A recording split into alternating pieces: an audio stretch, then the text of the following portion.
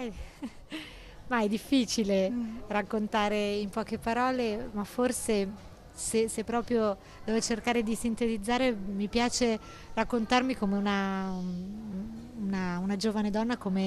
forse come tante altre, però con la grande passione dell'arte, della danza e della pittura, che io chiamo un po' come le mie ali, che mi hanno permesso di volare, di raggiungere tante persone, di avere tante soddisfazioni e di sentire davvero il senso e il gusto della vita dentro di me.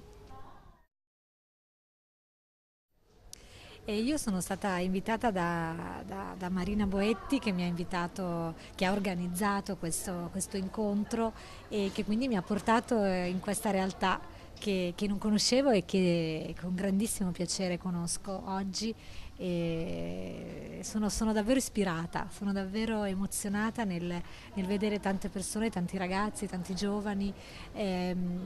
davvero tanta arte e tanta voglia di comunicare, di esprimere, di condividere. Credo che sia una cosa straordinaria, quindi sono davvero felice di averla conosciuta e di poter dire che sono entrata in contatto con voi. Ma in realtà vengono insieme, nel senso che io ho iniziato a dipingere e a danzare che ero molto piccola, quindi sono due passioni che ho portato avanti davvero da bambina e in realtà entrambe non credo di poter fare a meno, anche se mi rendo conto che col tempo, con gli anni, la danza prima o poi insomma, dovrò terminare proprio per motivi fisici, però credo che continuerò in qualche modo a danzare anche attraverso la pittura, che per me è un tramite che un po' lega entrambe le mie passioni. Ma viene